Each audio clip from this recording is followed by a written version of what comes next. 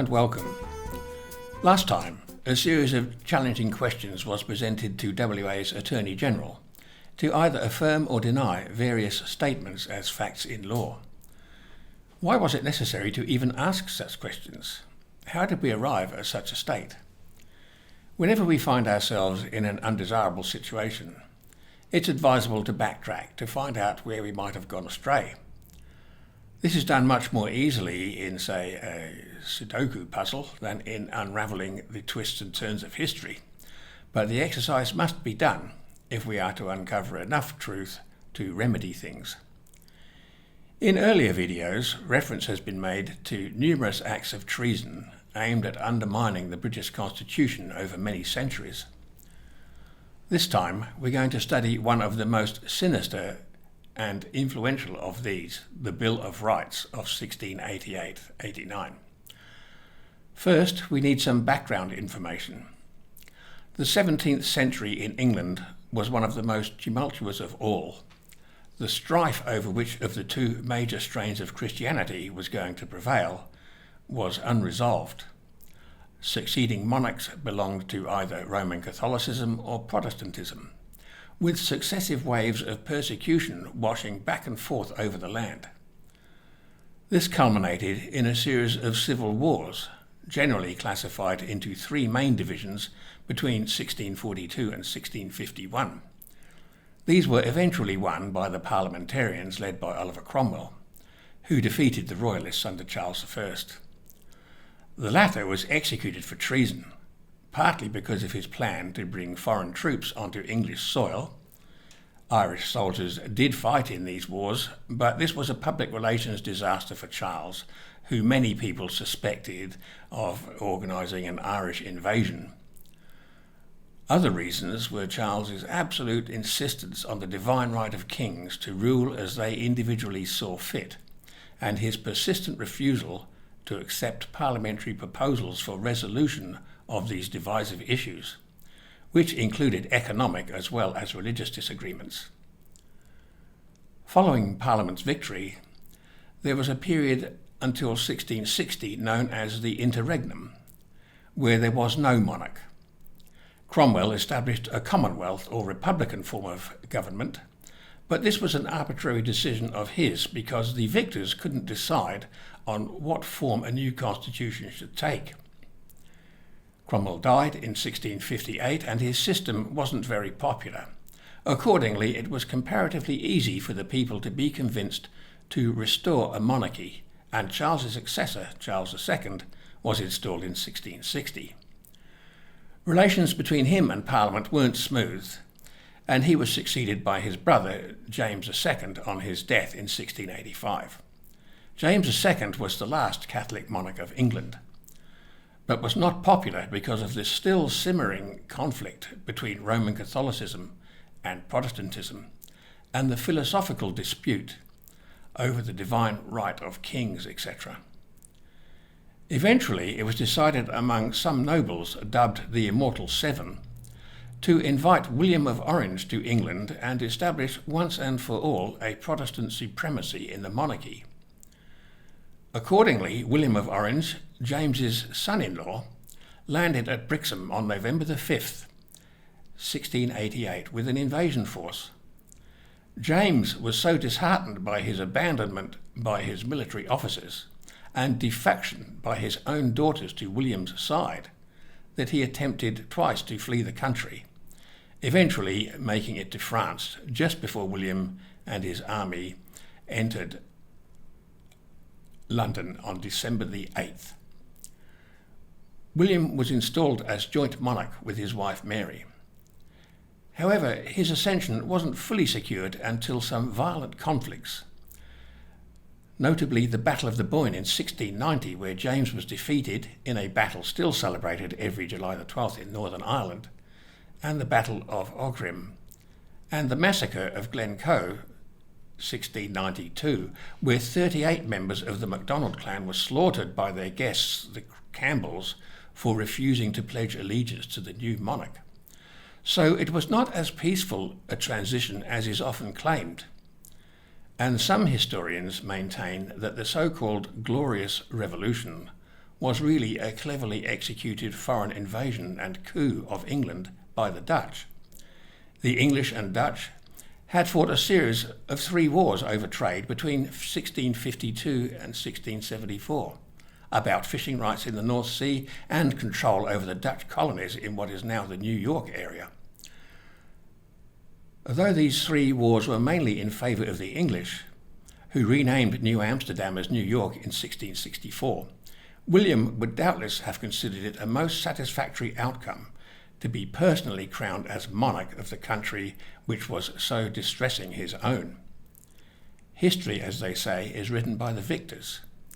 With triumph in the encounter comes the naming rights. Having set the scene, let's turn to the deceptively named Bill of Rights. While it is true that Dutch settlers in the New Netherlands in North America had enjoyed greater personal freedom and liberties than those in the English colonies, there were factors at work in England to ensure that no such advantages should accrue to English citizens at home. There existed in England a wealthy, self-interested oligarchical clique who styled themselves the Estates of England. This was supposedly a 2-tiered system, but was only one. It was comprised on one hand of the high-ranking prelates, i.e. the bishops and archbishops and the nobility, and on the other by an elite commons class who had extensive landholdings. There was no relationship between this misnamed latter group and those who are now elected under universal suffrage to the House of Commons.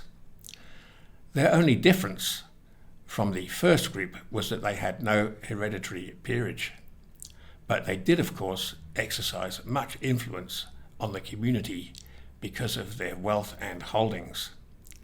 This elitist clique saw an opportunity in the investiture of the daughter of a deposed monarch and the importation of a foreign, non-English speaking one who was basically uninformed about the English constitution and its protections for the individual, to draft a reformed constitution which would nullify the constitutional power of the monarch and the people, transferring those instead to the Parliament, making the latter supreme. Although there had been a House of Commons since 1263, it was entirely unrepresentative of the vast bulk of the people. People had for centuries been subjected to wealth and property qualifications just to appear on a jury, and don't even ask about an average person getting into Parliament at either level. So the estates set about drafting this duplicitous new constitution, although it could only be classified as an addendum to the existing one, which Parliament has no power to amend, and as we shall see, is both unlawful and illegal. It was touted as the definitive attempt to assert the true place of Parliament as above the monarch, dispensing once and for all with the doctrine of the divine right of kings. It was also touted as a definitive assertion of the rights of the individual, which of course it could never be, as individual rights, as we know, are not the government's or anyone else's to dispense, but exist already in perpetuity by virtue of the person's existence in nature. Any attempt to define such by statute immediately places the individual under the capricious domination of the state, which can change legislation on a whim, especially to suit the interests of the ruling elite. It was also proclaimed as establishing the ascendancy of Protestantism as a religion of state, prohibiting any Catholic from ever again claiming the throne. A summary of the claims and outcomes of the Bill of Rights is shown here. As we see, the outcomes were quite different from what was advertised. The right or duty of the monarch to withhold royal assent in case of treasonous legislation was declared to be illegal. The Parliament thus asserted itself as supreme over the monarch, and the vox populi, or voice of the people, was also stifled. By stipulating that jurors had to have certain financial or asset-based qualifications to be selected, This bill guaranteed that the vast bulk of the people would be forever excluded from participation in judicium parium, equal justice, which was reinstalled by Magna Carta 1215, and was literally the function performed by trial by jury. Under that system, every member of society was empowered to not only be called to sit in judgment on their peers, but also obliged to judge whether the law they were the accused under was itself just. They also had the power to initiate trials by jury for any members of the legislature who had been involved in devising or passing into statute any act which caused harm or loss to people. The jurors were the judges, not only of the facts of the case, but of the justness of the law itself. What we have today, where jurors are instructed by judges as to what they may decide as evidence or just law, are perversions of the true trial by jury system, since a judge being employed by the government, and not therefore fully independent, is inherently unqualified by conflict of interest from deciding on any matter. The Bill of Rights, by its unlawful restrictions, assured that only those belonging to the upper echelons of society could function effectively under the legal system, which of course made it virtually automatic that the interests of that group would be served, and set in stone the establishment of a loathsome class system. Another feature of the bill was that it refused to end the autonomy of the Vatican over the square mile of the City of London.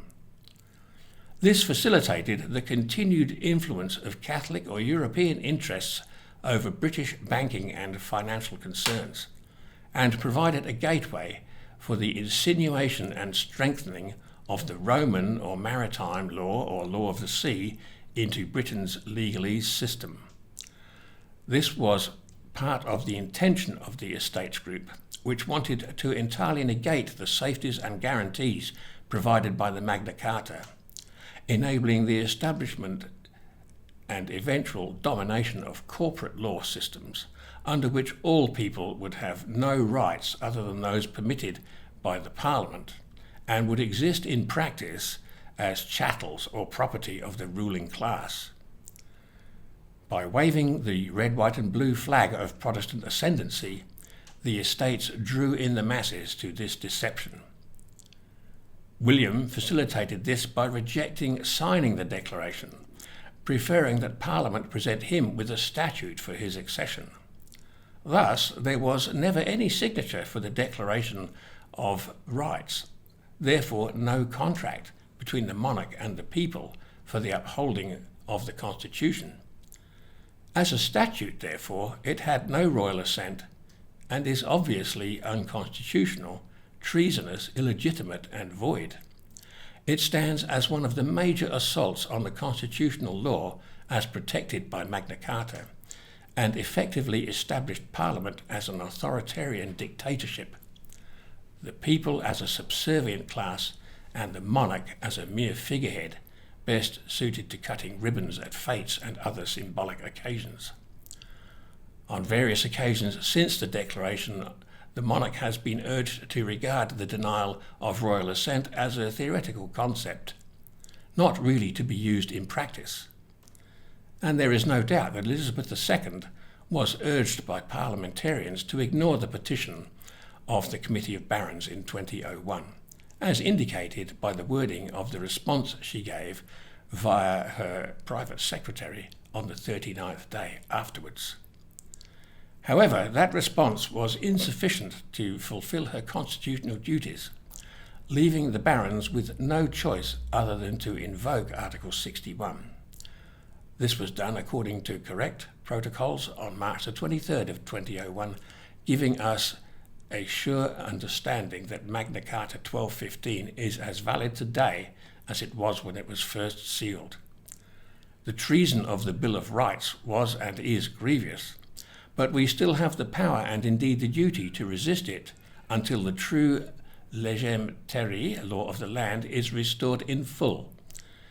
Because of the crucial nature of the coronation oath to the entire constitutional process, this topic will be given more detailed treatment in the next video, as the treatment under the Bill of Rights has led in turn to the treasonous enactment of the Commonwealth of Australia Constitution Act 1900 of the British Parliament, now annulled by the invocation of Article 61.